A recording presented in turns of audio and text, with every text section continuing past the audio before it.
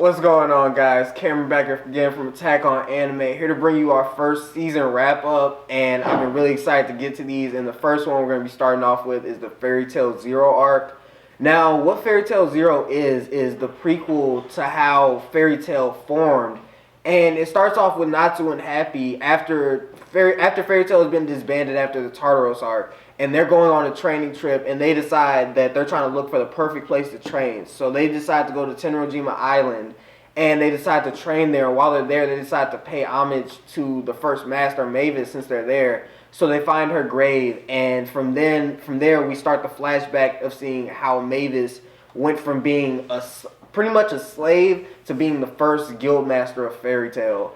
And it starts off with her in this guild known as Red Lizard, and essentially she's a slave because her parents owed a great debt to the master Zislev, and that debt's being paid off by her just working in the guild. Like, they don't give her shoes. Like, they gave her shoes, and then she was pretty much, like, slacking one day, so he just took her shoes away and burned it in front of her. And he was just, it's just, like, really messed up how a girl so sweet can be treated so disrespectfully, because her dream is to meet fairies, and her parents told her that if you ever cry, then you won't be able to meet fairies. So every time she's thinking about crying, she just reminds herself, I'm doing this so I can go meet fairies. I want to practice my equations that my parents taught me. And that's why we see the start of why Mavis was such a great tactician. But one day this rival guild known as Blue Skull attacks, and they attack and just decimate the island, killing everyone in Red Lizard. And they attempt to kill everyone, including Mavis and the guildmaster's daughter, Zera. But Zera and Mavis escape, and Blue Skull leaves the island, but Zera and Mavis continue to live there. And then we skip 7 years into the future when we see the treasure hunters Yuri, Prek, and Warren appear. Now, Yuri, we all know, is Makarov's dad. Prek was the second guildmaster of Fairy Tail, and Warren is one of the great wizard saints of the world. And they started out as this treasure hunting guild, and they were going to Tenro Jade Island to get the Tenro Jade. But then Mavis, along with them, find out that it was stolen, and Mavis figures that Blue Skull took it. So their new goal is to go find Blue Skull's hideout and just give the Tenro Jade back. And Yuri is just like, we're going to take it and sell it. And Mavis is like, I'm going to take it back to the island. So I just love that. Seeing the start of their friendship, it wasn't like they just started off and became best buddies. It was just like they have a common goal, and they're working towards that. They're working towards that goal up until they complete it, and then whatever happens then happens.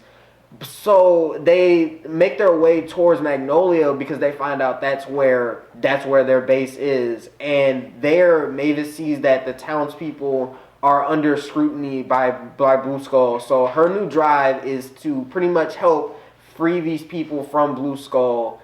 And she's just like, but I don't have the power to compete with these mages. And even Yuri and his group at that point didn't know magic. So we also see that Zeref plays a major and minor role in this anime. I'm not going to spoil how, because I just feel like that's a special moment that is going to come into play later on in the manga and in the anime when the anime eventually catches up.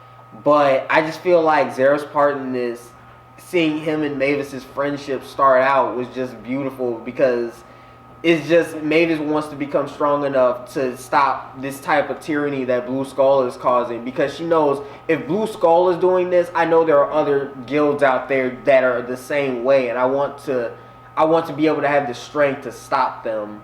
So my overall thoughts of this, it was a really good anime adaptation of the manga, because the manga is pretty much the same as the series, but the series actually adds in a few more parts. Like, they have extra interactions with the townspeople of Magnolia that actually add to the story, because it shows you how miserable these people were. Because in the manga, we didn't really talk to any of the townspeople.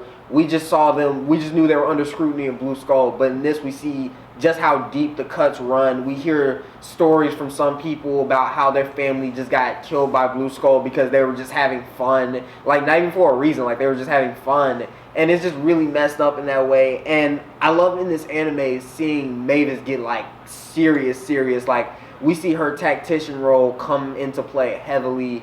I love seeing her get into her serious battle strategy mode where she's just like, there are no more games being played. I'm gonna plan this out like we're going to war. And but she still remains upbeat and positive, and her overall goal is just to go out and find fairies, whether they exist or not. She just wants to find fairies.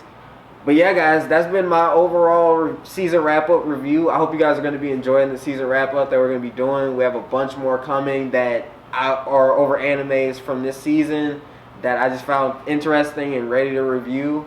But yeah, I hope you guys enjoyed this. But yeah, like, comment, subscribe for more content. But until next time, guys, peace.